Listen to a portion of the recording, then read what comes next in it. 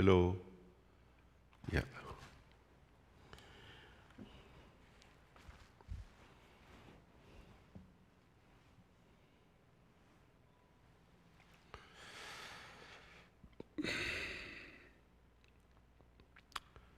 So I'm ready, right? Okay. Good evening, everyone. Today is full moon. So first I'd like to start with the prayers, supplication to Buddhas and Bodhisattvas. And then after that, I'd like to read the Heart Sutra. So please join with me.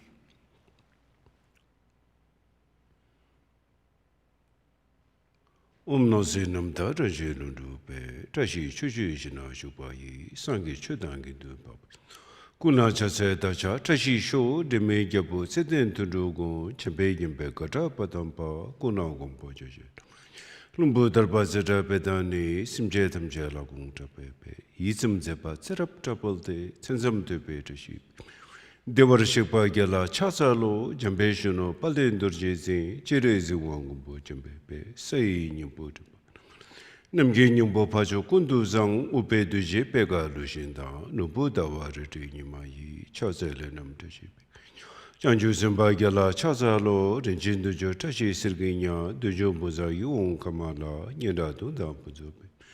Minu yase wanjir kolo de rinjin dacho jegi chadenche, chudu yewa chujengi jema, gisongo timbe. Tashi lamo gyala chasalo, samba chimbo de jung semebu, migdo de na yabu yukuso, paye badanwa. Namte sise la ze kolo tang, tisho la tang no tundo jesin, piwa rate chudengi. Sasumne so gilik tashi pe, jite kyunwa gyala chasalo, daja tingdir chawa zumbala. Gita nye warsawa kunjine. Duden pepe samdui jinrup, tashi dele pusum so para sho, daja tingdir chawa zumbala. Gita nye warsawa kunjine. Duden pepe samdui jinrup, tashi dele pusum so para sho, daja tingdir chawa zumbala. Gita nye warsawa kunjine. Duden pepe samdui jinrup, tashi dele pusum so para sho. Thus I have heard, once the Blessed One was dwelling in Rajgriha at Vulture Peak Mountain, together with a great gathering of the Sangha of monks and a great gathering of the Sangha of Bodhisattvas. At that time, the Blessed One entered the Samadhi that expresses a Dharma called profound illumination. And at the same time, Noble Avalokiteshvara, the Bodhisattva Mahasattva, while practicing the profound Pajna Paramita, saw in this way. He saw the five skandha to be empty of nature. Then through the power of the Buddha, Venerable Shariputra said to Noble Avalokiteshvara, the Bodhisattva Mahasattva, how should a son or daughter of noble family train who wishes to practice the profound Pajna Paramita? Addressed in this way, Noble Avalokiteshvara, the Bodhisattva Mahasattva, said to Venerable Shariputra, O Shariputra, a son or daughter of noble family who wishes to practice the profound Pajna Paramita should see in this way, seeing the five skandhas to be empty of nature. Form is emptiness, emptiness also is form. Emptiness is no other than form, form is no other than emptiness. In the same way, feeling, perception, formation, and consciousness are emptiness. Thus, Shariputra, all dharmas are emptiness. There are no characteristic, there is no birth and no cessation. There is no impurity and no purity. There is no decrease and no increase. Therefore, Shariputra, in emptiness there is no form, no feeling, no perception, no formation, no consciousness, no eye, no ear, no nose, no tongue, no body, no mind, no appearance, no sound, no smell, no taste, no touch, no dharmas, no eye dhatu up to no mind dhatu, no dhatu of dharmas, no mind consciousness dhatu, no ignorance, no end of ignorance, up to no old age and death, no end of old age and death, no suffering, no origin of suffering, no cessation of suffering, no path, no wisdom, no attainment, and no non-attainment. Therefore, Shariputra, since the Bodhisattvas have no attainment, they abide by means of Pajna Paramita. Since there is no obscuration of mind, There is no fear. They transcend falsity and attain complete nirvana. All the Buddhas of the three times, by means of Pajna Paramita, fully awaken to the unsurpassable, true, complete enlightenment. Therefore, the great mantra of Pajna Paramita, the mantra of great insight, the unsurpassed mantra, the unequal mantra, the mantra that calms all suffering should be known as truth. Since there is no deception, the Pajna Paramita mantra is said in this way. Tayatha om gate gate para sam gate buddhi soha. Tayatha om gate gate para sam gate buddhi soha. Tayatha om gate gate para sam gate buddhi soha. Thus Shariputra, the Bodhisattva, Mahasattva, should train in the profound Pajna Paramita. Then the Blessed One arose from the Samadhi and praised noble Avalokeshvara. The Bodhisattva, Mahasattva, saying, good, good, O son of noble family, thus it is. O son of noble family, thus it is. One should practice the profound Pajna Paramita, just as you have taught, and all the Tathagatas will rejoice.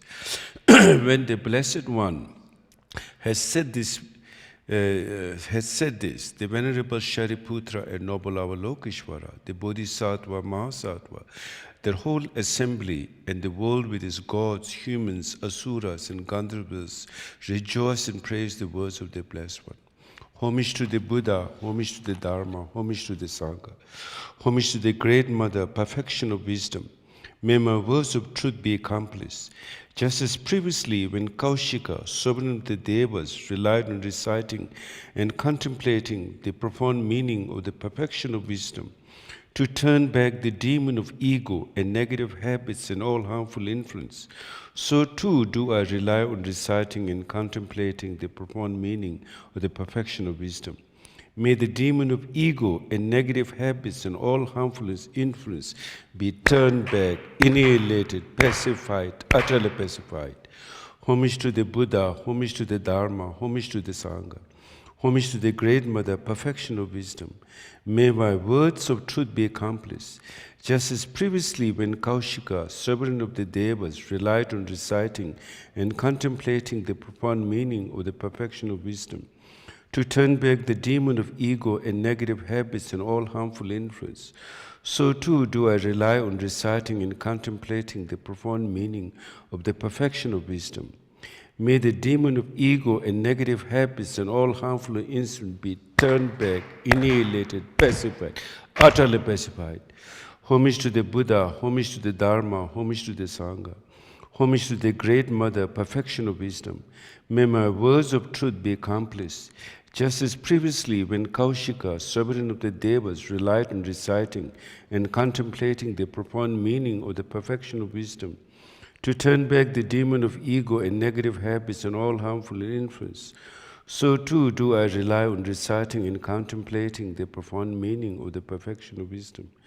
May the demon of ego and negative habits and all harmful influence be turned back, annihilated, pacified, utterly pacified. Whatever occurs, independence upon interconnectedness, is unceasing and unborn, uninterrupted and impermanent, neither comes nor goes, neither has multiple meaning nor a single meaning, is the complete pacification of elaboration, the manifestation of peace, homage to the sacred speech of the completely awakened Buddha.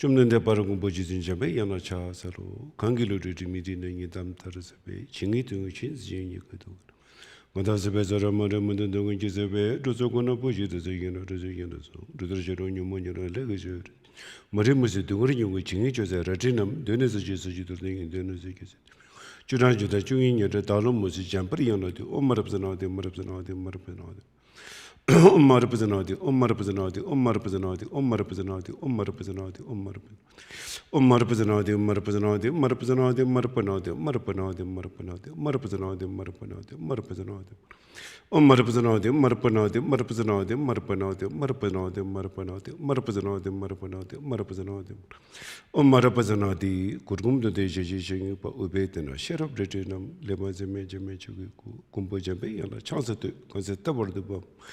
Chungse tibar duna ya gombo jamye ting ki keme pariyang tongwar shu kanse tabar dubam chungse tibar duna. Gombo jamye ting ki keme pariyang tongwar shu kanse tabar dubam chungse tibar duna ya gombo jamye. Keme pariyang tongwar shu.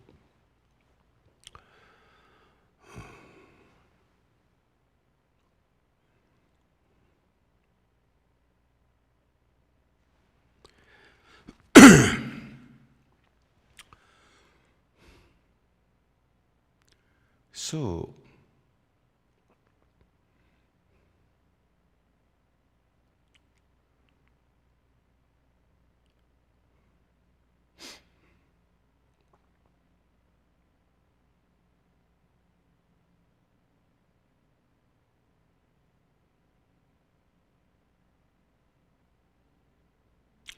I'd like to start the teaching before meditation. I'd like to explain with the quotation by the Buddha, which in Tibetan is called Sabshitute Losel Dimache, Duzite Chhoje Kuni, Sula Tingyang Kor Midukpe, Mimanagin Septu Neprachas.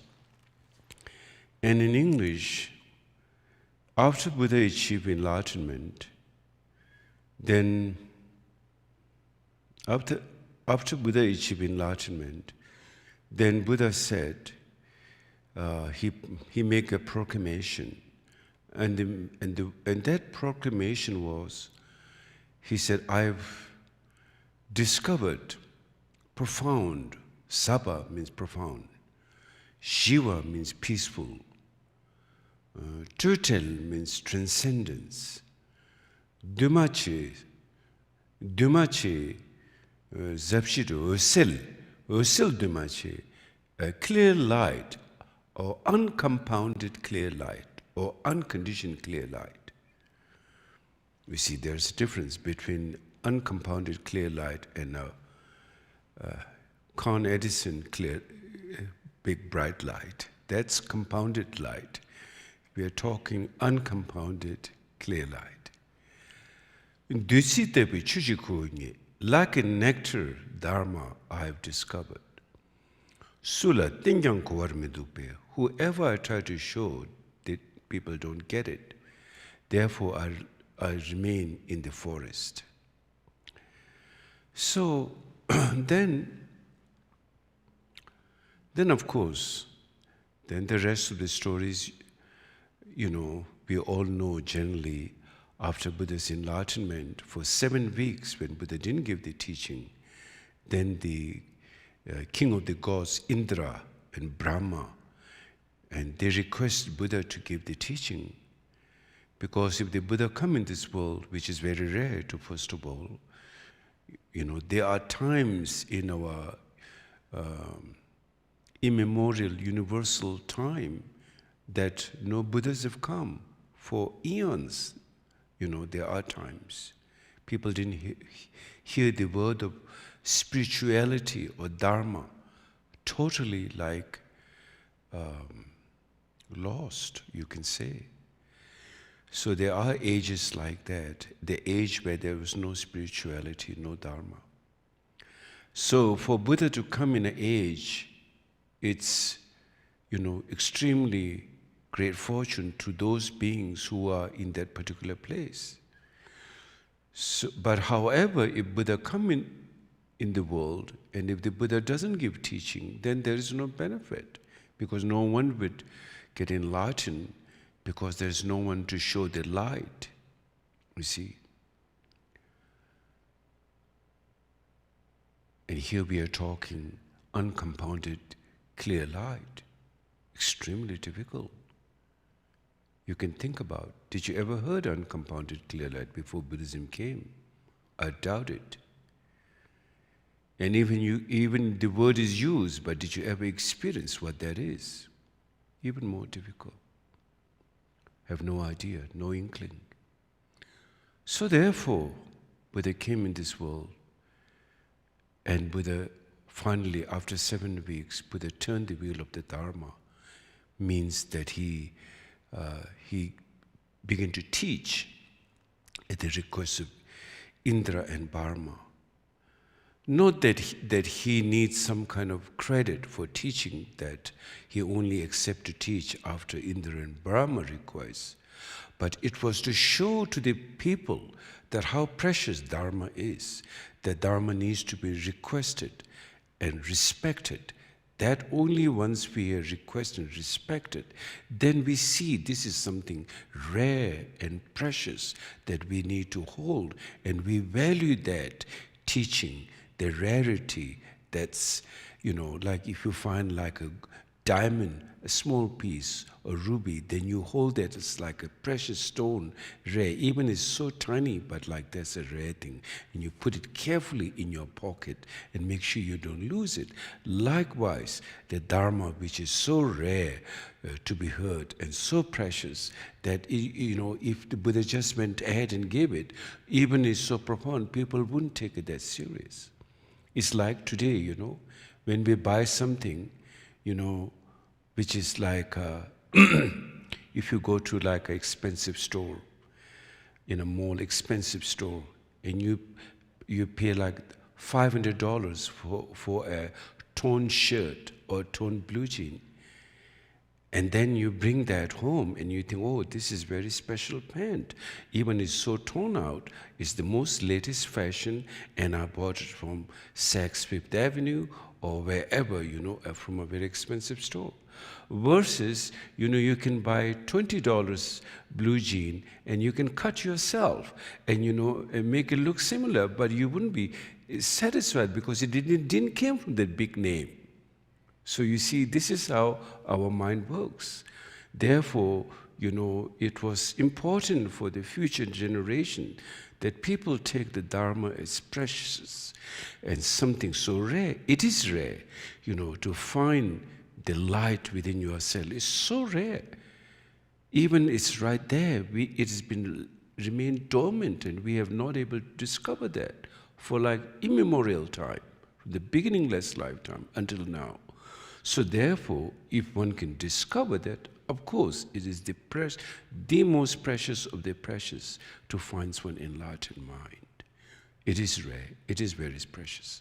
Therefore, after 7 weeks, when Buddha didn't give a word of teaching, then the Indra and Brahma with 1,000-speed golden wheel, which they offered to the Buddha, and the request to turn the wheel of the Dharma.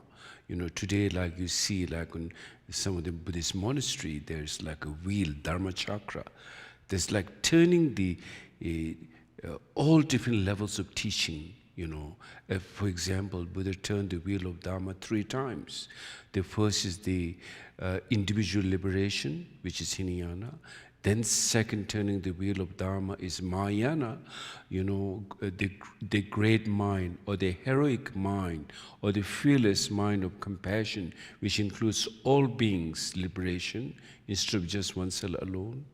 And third turning of the wheel of Dharma is showing the clear light, or the unconditioned clear light, So those teachings which Buddha presented on an external level, it was symbolized with the wheel, Dharma chakra, the turning of the wheel. So anyway, so when Buddha, there was something very special in this. The first thing when Buddha spoke after enlightenment, something profound and peaceful, first part.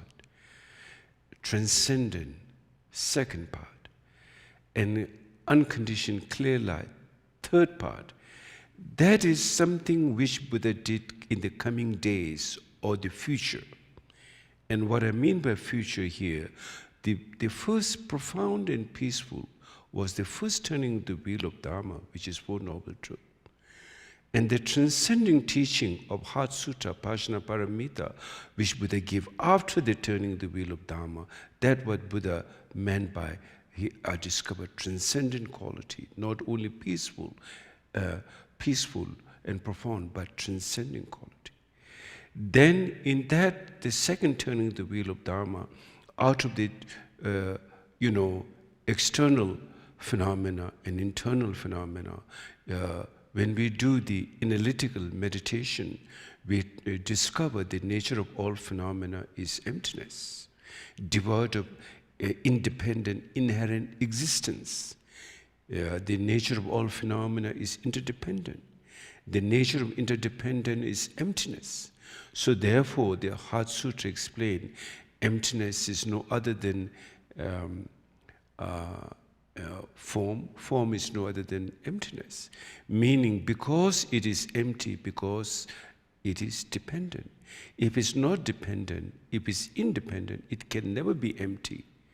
So emptiness is no business if phenomena have not the nature of dependent origination. The fact that phenomena is a nature of dependent origination, therefore emptiness fits right there. Emptiness is the nature of that. The other side of the coin. One side of the coin is dependent, the other side of the coin is emptiness. Because it's dependent, therefore it's devoid of inherent existence, therefore it is empty. Because it's empty, therefore it makes it possible, and that is dependent. Because it's empty, it's dependent. Because it's dependent, it's empty. So this is the second turning the wheel of Dharma. And so we established that the nature of all phenomena is devoid of any inherent existence. So one transcends from the extreme of nihilism, and one transcends from the extreme of eternalism. And that's what the middle path, in Sanskrit is called Madhyamika, means middle path in English, in Tibetan called Uma, the central, the view of the central. Not the right, which is the extreme, not the left, which is extreme, but central. Also central doesn't mean you're stuck somewhere. It can be also extreme, but transcending quality. Once you are free from the extreme of right and left, eternalism, nihilism, then that which is left is which is utterly open and devoid of any independent, inherent existence. That was what Buddha established, the turning of the wheel of Dharma second time.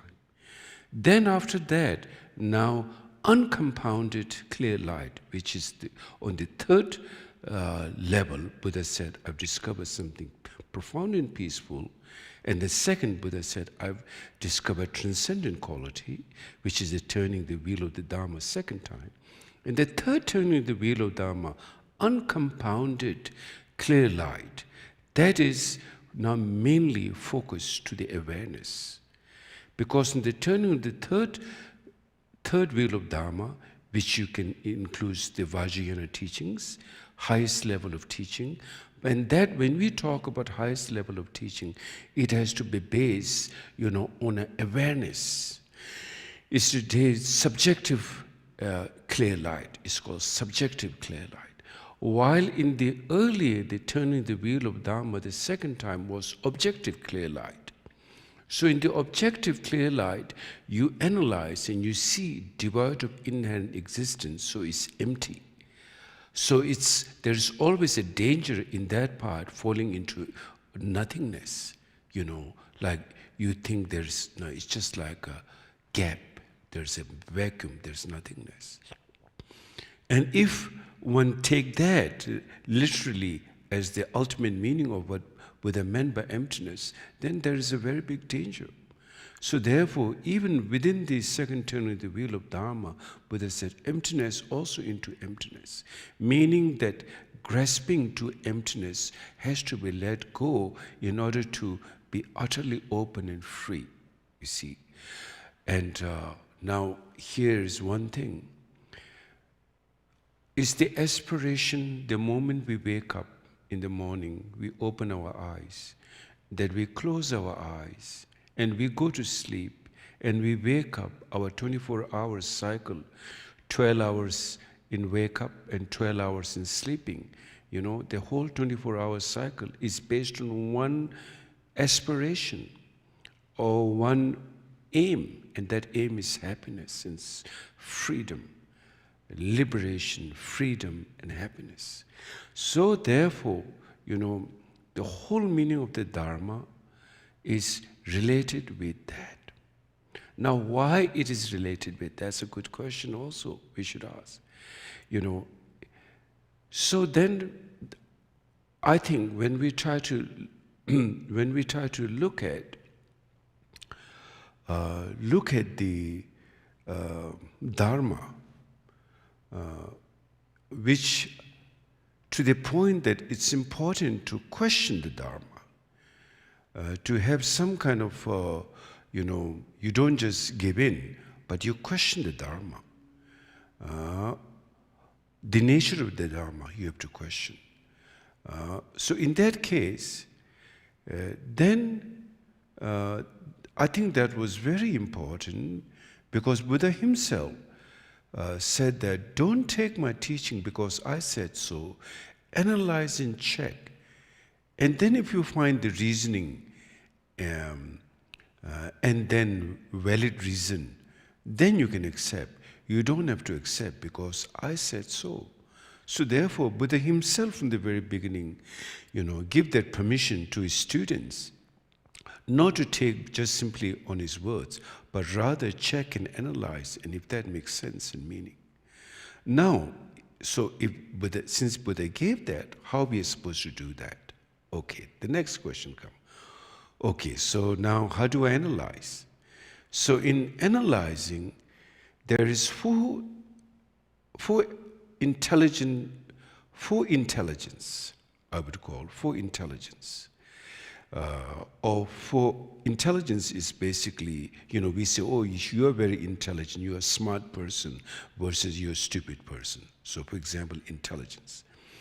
We are not talking here the intelligence of uncompounded clear light, but we are talking about our regular intelligence involved with cause and effect.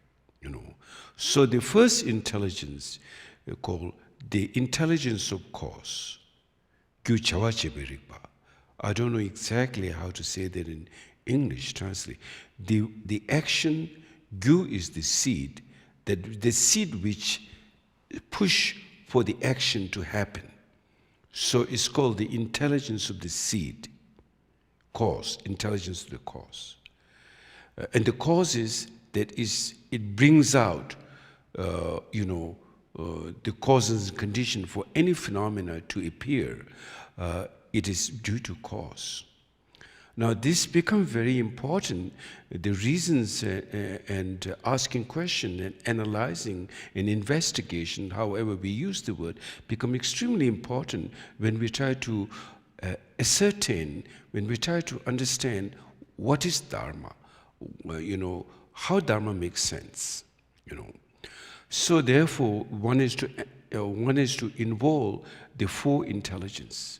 One is the intelligence of the cause, and one is the intelligence of the fruition, and one is the intelligence of the nature, and then there's one is intelligence tepa drupirikpa. That's a little bit hard for me to translate it in English. In Tibetan, first is called Gyu Chhoje Birikpa, Deputu Birikpa, Ngoshunyi Birikpa, Tepa Birikpa, the four intelligence. So the first one, when we look at the cause, now one thing I like to say before I talk about cause. When Buddhism was established by Buddha, it was not a dogmatic teaching. It was not a theistic teaching that there's a creator. The creator created all things, according to the Christian and Judeo-Christian. I don't know Judaism, but what I heard from Christian teaching, in 7 days everything was created. The world was created. First day, sun, moon, and this and that. Then, and then Hindus have their own way of saying how the universe was created, theistic teaching too. And Islam also, theistic teaching also, they may have their own way of saying how the world was created. And so thus before Islam and before Christianity and before Hinduism was shamanism, which is the oldest religion in the universe. The worship of earth, the worship of sun, the worship of moon, the worship of fire, the worship of wind, whatever. So that's also a theistic teaching, because there's a creator. And what's the main difference between a theistic and non-theistic? Theistic teaching is there's a creator who is independent. So therefore, the cause and effect has nothing to do with it because it's the creator who creates. I'm not talking any particular religion creator, I'm just talking generally. There's the theistic notion in general. So the world is created by the creator, whoever that is, according to one's own different religion. So the world was created by a creator, and it was just like in a whim of that, or in an instant, that creator creates the world system. Now, there's a creationism-based theory and view. That view is based on theistic religions. Now, like Buddhism, and then there's Jainism in India. Jainism and Buddhism both do not believe in creator. And of course, though Jain also have some kind of though it's some way non-theistic, but also they have, I think, some kind of Atma, and so therefore, I don't know all the detail, but let me talk about what I know about Buddhism. So in Buddhism, when Buddha, after enlightenment, the so-called enlightenment, the word enlightenment, when we talk about Buddha's enlightenment, what is that he got enlightened from?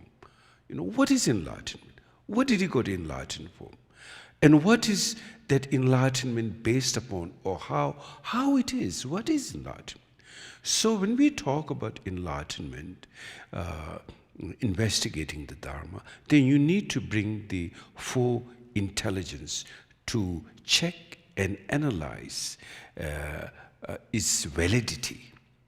Intelligence to bring about the validity, the reasons and logic. So therefore, now, according to the non-theistic religion, such as Buddhism, Buddhism say that Buddhism is based upon, first of all, since Buddha didn't say that he is the creator, that there is a creator or he is the creator, doesn't matter. Both doesn't exist in Buddhism. Nor the Buddha said there's a creator outside, nor he claimed that he is the creator. In Buddhism, so therefore is not based on faith, like a dogma of a theistic tradition. Buddhism is based on ground reality. This is very important that we need to understand. It's based on ground reality. Check what's happening on the ground. So when you discover enlightenment, it has to be discovered from reality, not from a perspective either, imagination or there's something. So this is what in Buddhism, for example, in the big monastery, they do a lot of debate, study logic for years and years and years. They do study to find out how things really function in our universe, and where do they come from, originates, and where do they finally ends up. This part is become extremely important to ascertain that what is enlightenment, what is a right view, and what's a wrong, false perception, right perception or false perception, right view or the wrong view, in other words. So therefore now when we look at the phenomena, ground reality, when the Buddha first gave the Four Noble Truth teaching, it was not based on some kind of faith. It was based on ground reality. That first he said, understand the suffering. Now, suffering we all know. Buddha didn't create suffering. Buddha didn't invent suffering. Suffering is which was happening. So then the Buddha said, if there is a suffering, there's a cause to that. Not that someone whims just like, give you a suffering like that, like a creator can do, or basically, if there is a creator, then we have to, if we believe in a creator, then we have to believe that there is nothing except which is left, or there is nothing left that which is not part of the creation of the creator. Everything is expression of the creator. So if that is the case, then suffering is also created by the creator. So in the Buddhist logic point of view, then our suffering is also created by the creator, because there is nothing in the universe which can be there if it's not, if there's any creation, it is part of the creation of the creator. Nothing can be missed from that. Then if that happens, we have to say the hell realm is also creation of the creator. The bugs and creatures and animals, and there's also like the fish and tigers and animals and dogs and cats are also creation of the creator. Human beings, spirit and ghosts, well, basically nothing is left. We may also have to say the First World War was also creation of the creator. Second World War was also creation of the creator. Third World, if it happens or not, is all the game of that creator, because nothing happens without the creator's wish. That's very clear. So there is a lot of problem if we go through to say that if creator. Nothing exists in the universe without the creator's wish, then if that is the case, then we have to accept good, bad, ugly, whatever, anything happening, everything happens is the game of the creator. Then it's become problematic. Then, it's become problematic because the nature of the creator should be all-knowing, all-compassion, all-powerful. Those are three qualities. All-knowing, all-compassion, and all-powerful. So if it's all-knowing, then why would the creator create something which will end up in a lot of suffering and wars and chaos and hunger and pandemic and all these things? Right? Okay, let's say the creator creates, on a first, like, let's say innocent, even let's use the word innocent, innocently created that. Then once it's created, then when creators see, oh, I made something which is now out of my control. Because to say that, I've given you the choice, the creator's given a choice, then if the choice is happy, fine. But if the choice is suffering, wouldn't that creator has compassion? Then what happened to the compassion?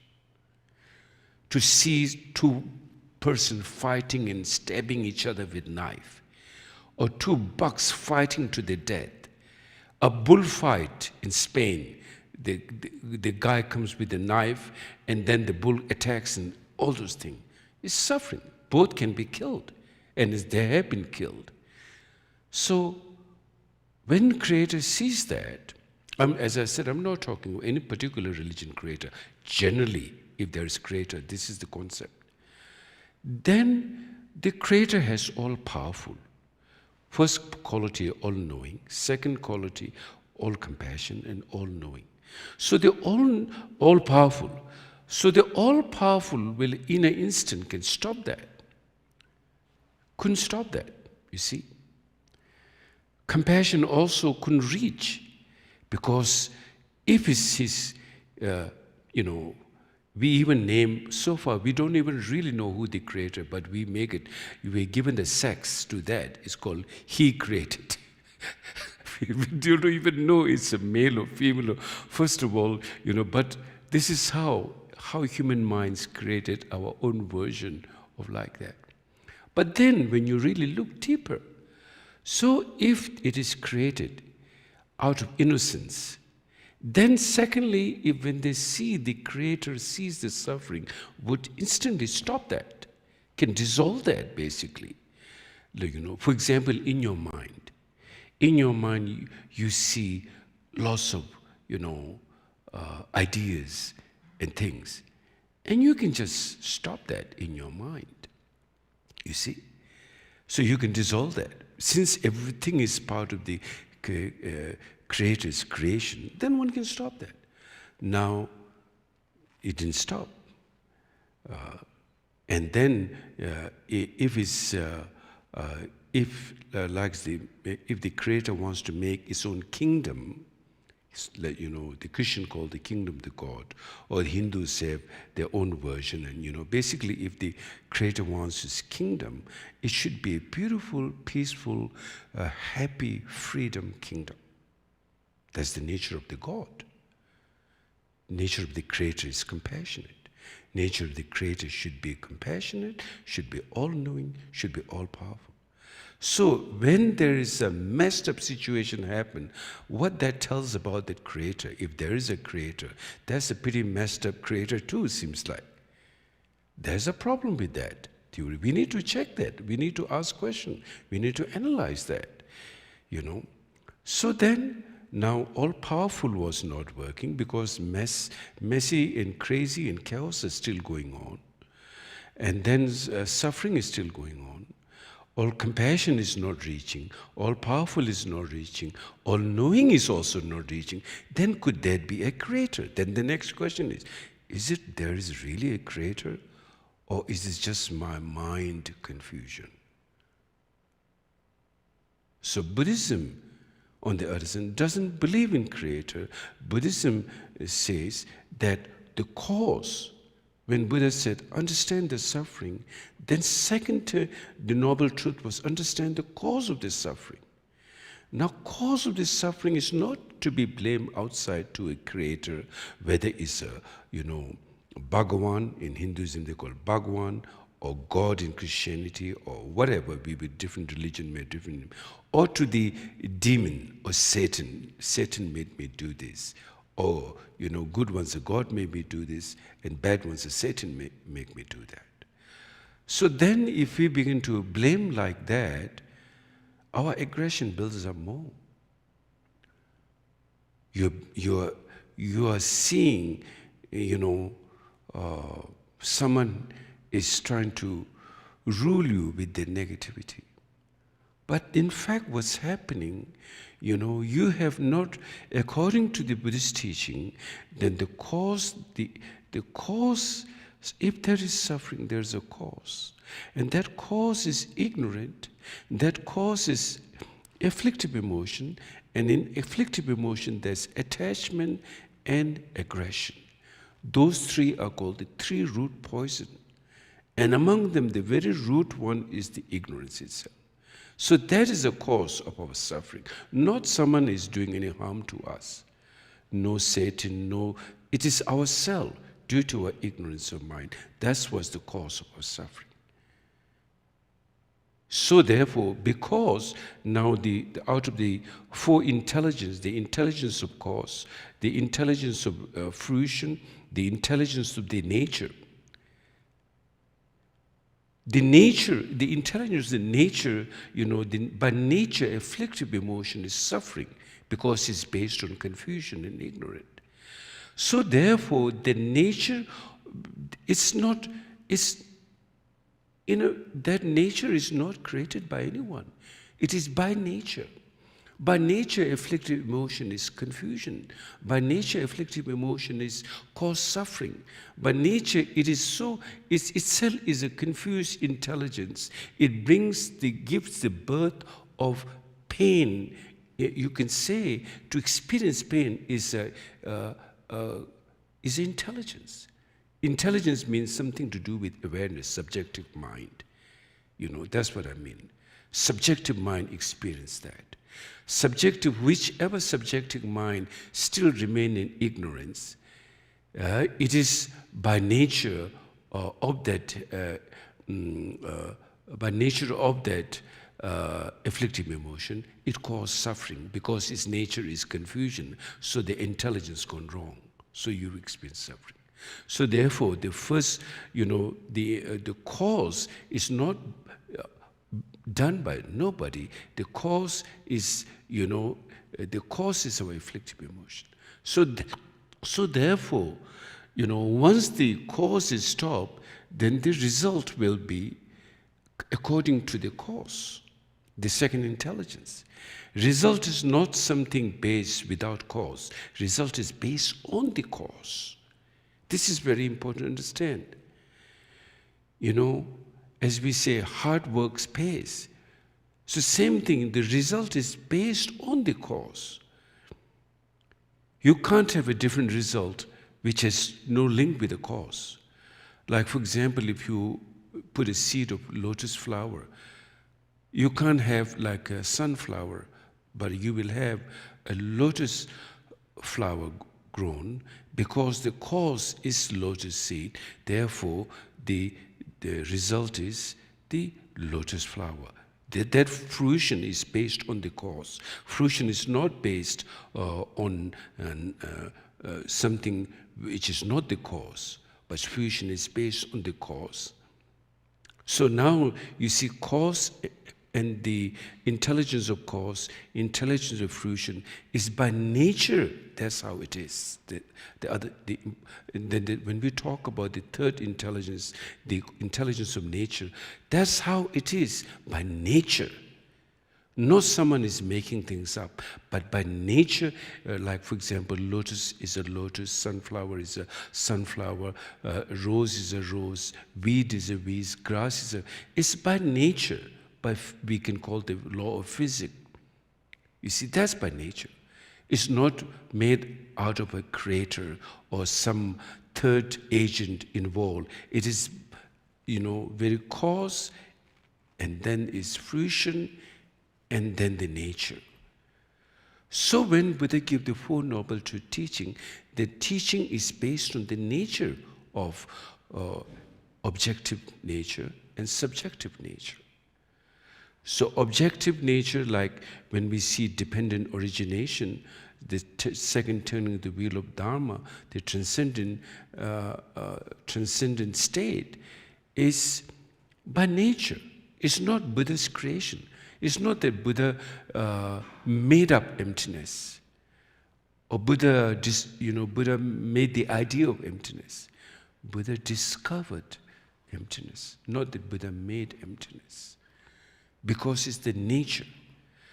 And that nature is devoid of ignorance, devoid of afflictive emotion, devoid of all inherent existence. And therefore, if you study Dharma, it will be very clear to you. Then you can have a clear perspective what is Dharma.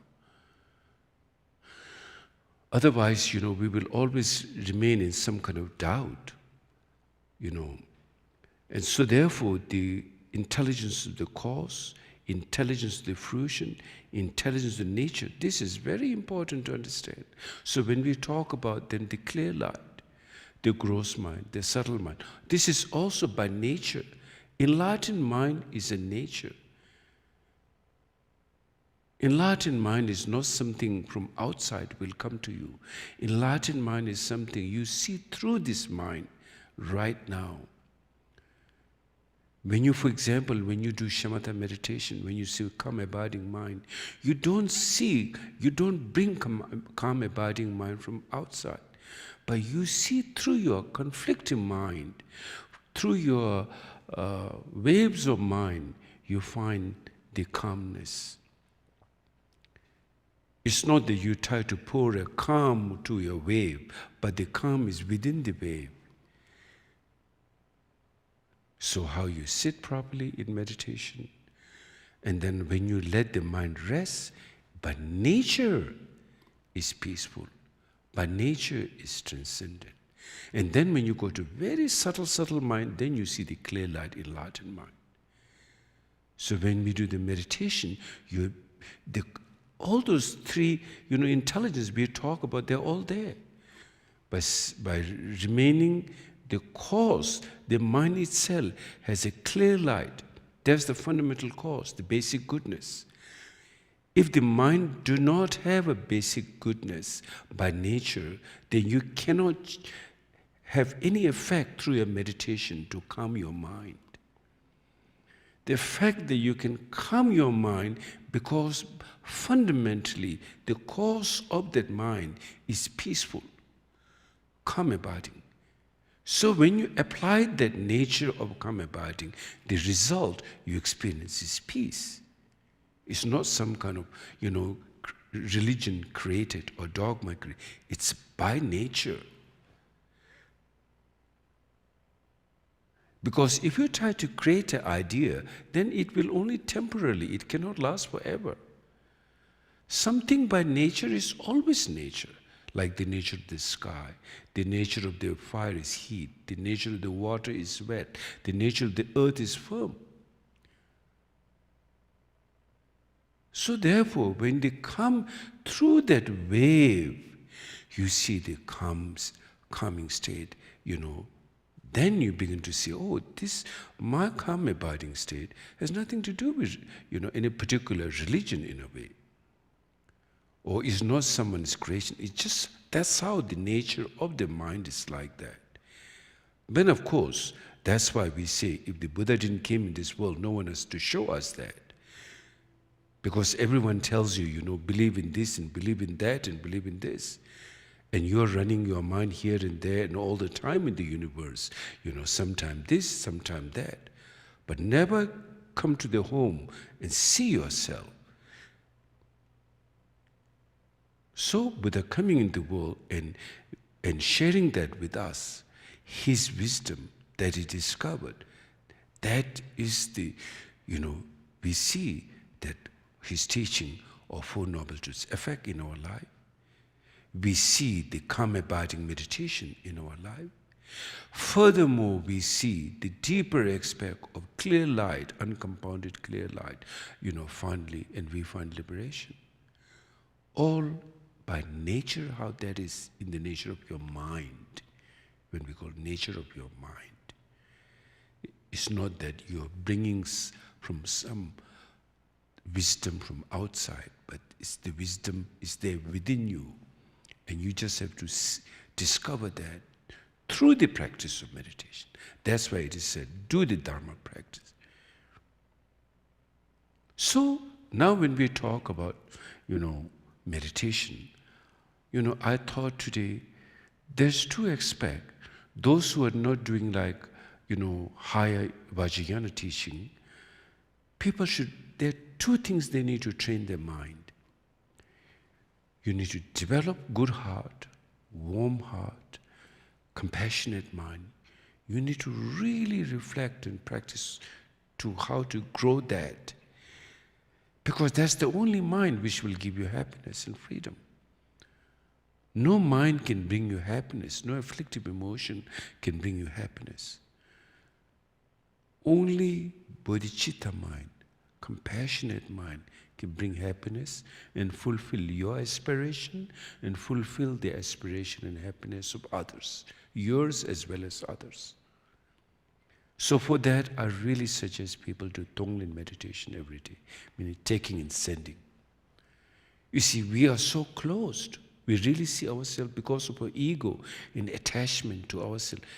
We don't open our heart. So when we don't open our hearts, what happens? Of course, temporarily others become victim, but permanently we are the victim. We are always the victim of it. Because we are never open up. We are always so closed. So we just live with that mind which there is fear, where there is aggression, where there is clinging. It's like tormented mind. So we don't know how to open up. And of course, that's why people are suffering day and night. Cycle of day and night.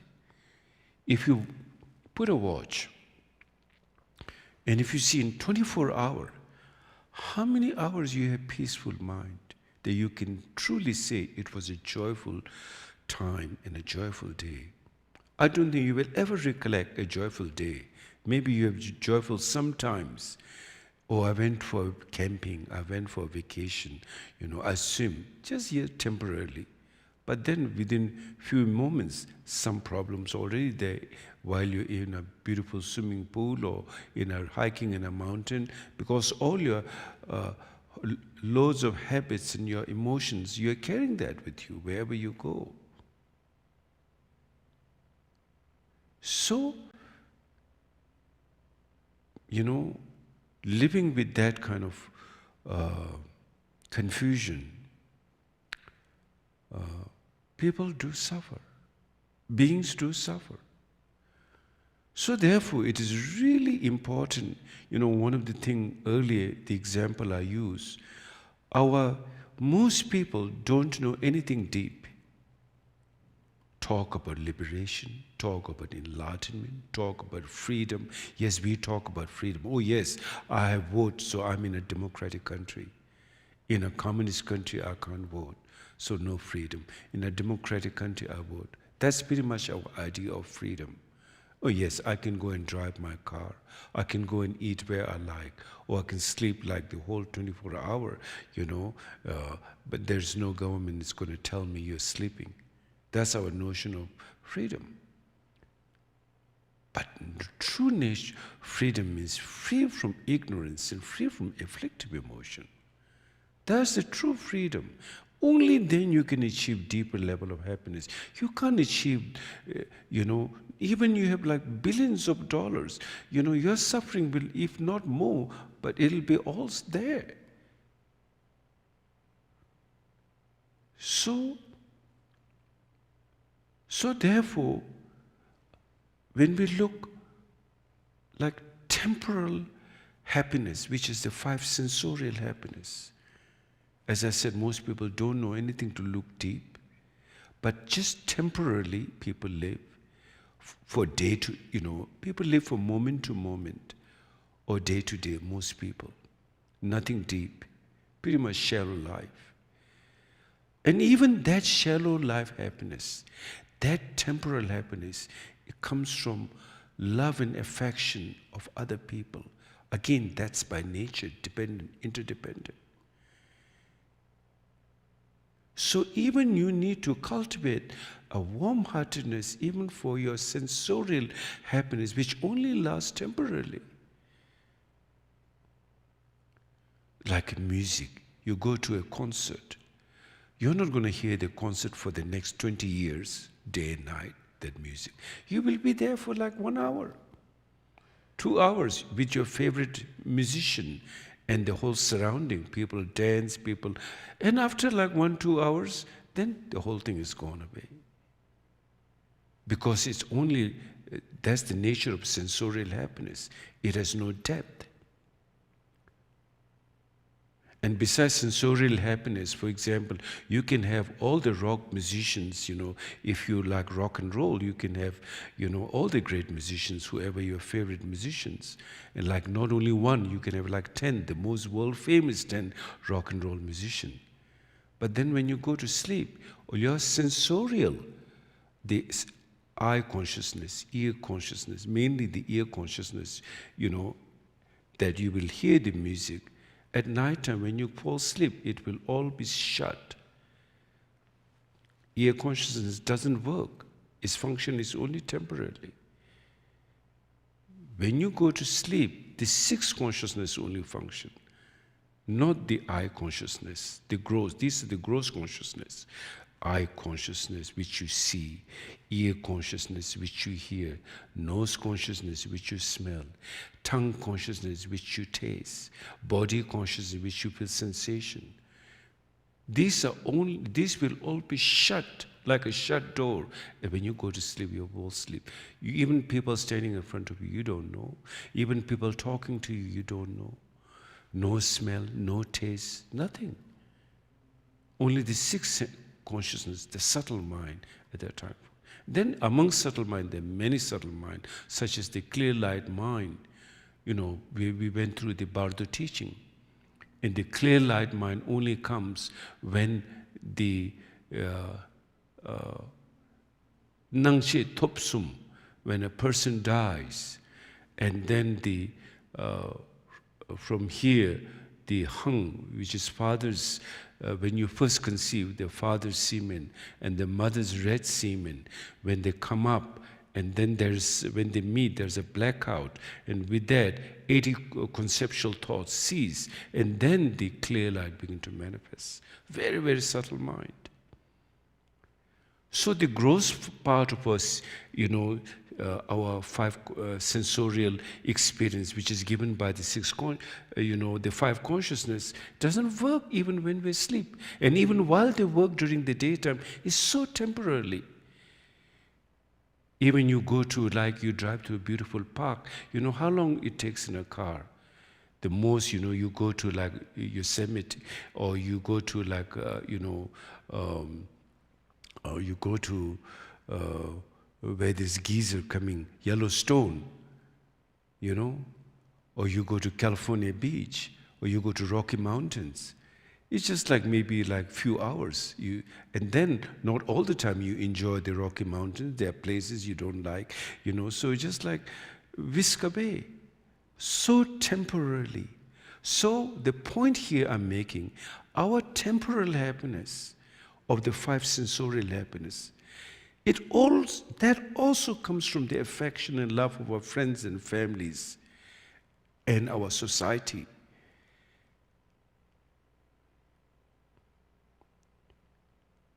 So even a temporal one is based on the affection of others. Due to so many causes and conditions, even that requires so many causes and conditions to enjoy a temporal happiness. So everything is like fleeting experience in life. That's why we call illusion. They just comes and goes like fleeting experience. The same place, let's say, you enjoy so much a lake, a mountain, trekking, hiking path. It has to be first, there should be no war in that place. And then even when there's no war, it should be like a safe, where there is, police or some rangers watching that, no one is harmed. And it should be like no rain or storm or tornado happening. I mean, there's so many causes that even that temporal happiness, you need so much support from the nature, from the people, and so much. And yet, those experiences are just so fleeting that we experience. So you see, we need to go deeper. First of all, we need to learn how to have warm-heartedness. All our happiness, whether it's temporarily or whether it's deep, deep, deep level of, calmness, calm abiding, freedom and liberation, all comes from compassion. All come from bodhicitta, the 6 paramita, for immeasurable. And for you to really have your mind tuned to that, you need to do the Tonglen practice first. So every day, even you don't know anything. You don't have to read 1,000 books of spirituality. You can be a scholar. But even you do a practice of Tonglen, you will see the essence of thousands of books. You do the practice of taking and sending. And then after that, you do simply a shamatha meditation. Your mind will be uplifted, go much profound and deeper.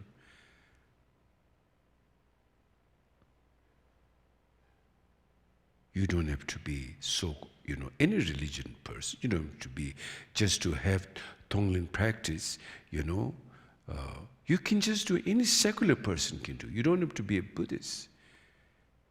Of course, if you follow the path of Buddhism, then it goes much deeper, the whole Bodhisattva, vow and aspiration and the practice. But even any person, because you have the natural quality in you have the natural quality of compassion, which is the taking and sending. You have the natural quality of calm abiding mind. It's in you. You can see that. All you have to do is just do it.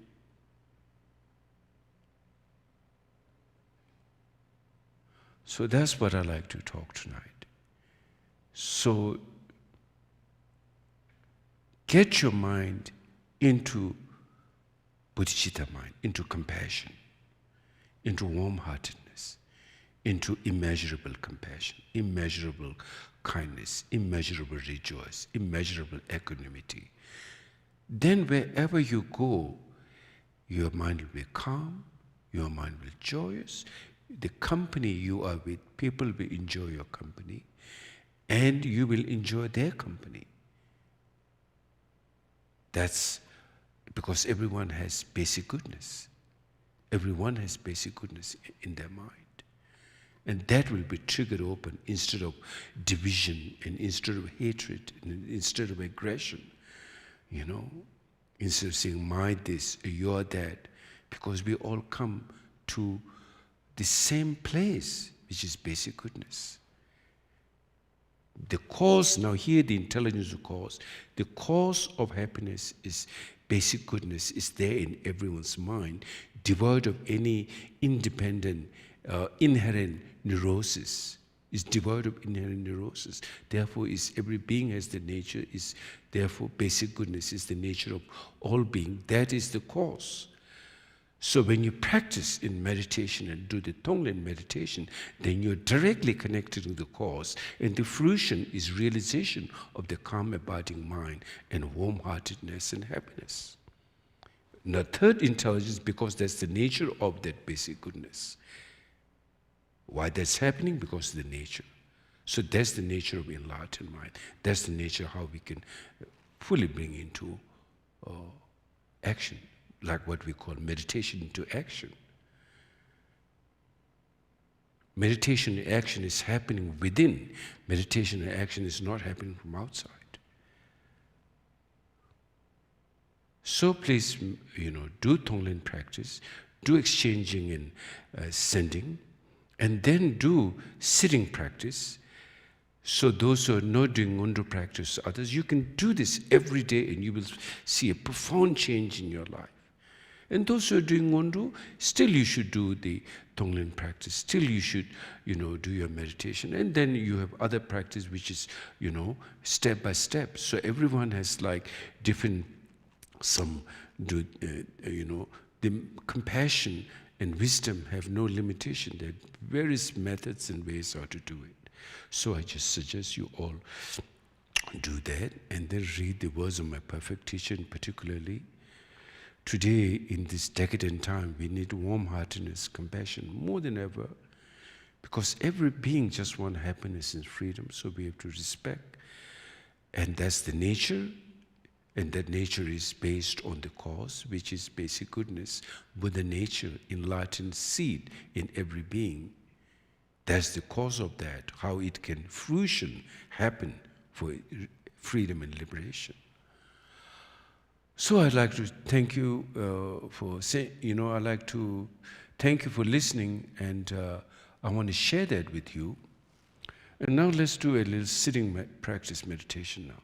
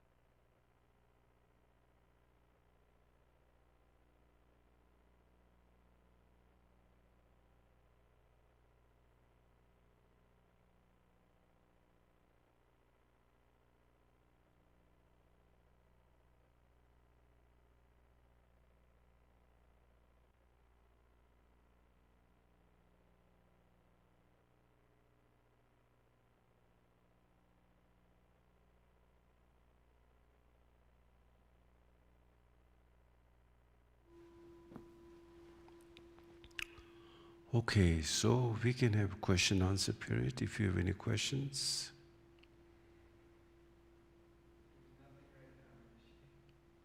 Okay.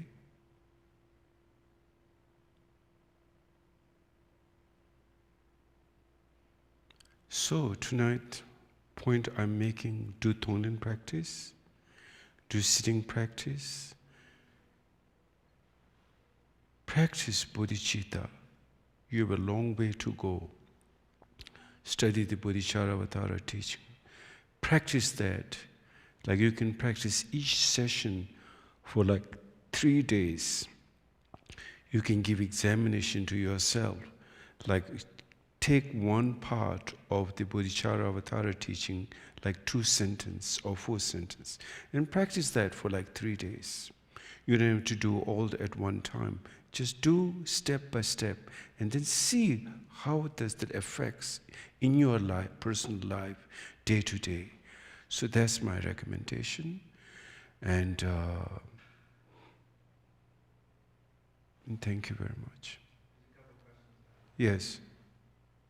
So Tara asks, by uncompounded clear light, do you mean natural awareness that is unfabricated?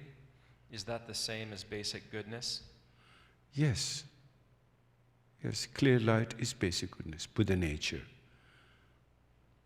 And then Carol Wilson asked, can you talk more about what the 6th consciousness is? 6th consciousness, like when we go to sleep, when we go to sleep, all our other sensorial,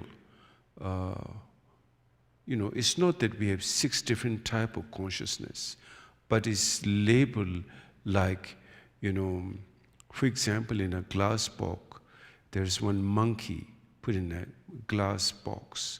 And the person seeing from the east will say there's a monkey, and person seeing from the north will say there's a monkey. And so each direction seems to be like different monkeys, but in reality, it's one monkey. So same thing, like those are the functionary of the consciousness. The functionary of the gross consciousness and the functionary of the subtle consciousness. And very, very subtle, many different subtle levels and many different gross levels. So these 5 sensorial or the 5 consciousness, they are like gross consciousness, such as the eyesight see the form, ear sight hear the sound, and the nose consciousness smells, the tongue consciousness tastes, the body consciousness sort of feeling. And the mind consciousness, which basically like is the main one, which goes through all of them, your memory and all of them are kept in the 6th consciousness. And for example, you can fall unconscious, but and which revives you back is the subtle consciousness, the 6th consciousness. So you could be revived out of being unconscious to conscious state. So the 6th consciousness is the main one, and in some way the 5 consciousness are more like messenger to the 6th consciousness. They play the role of channeling, while the 6th consciousness is the one which, experience and process all those things. Yeah.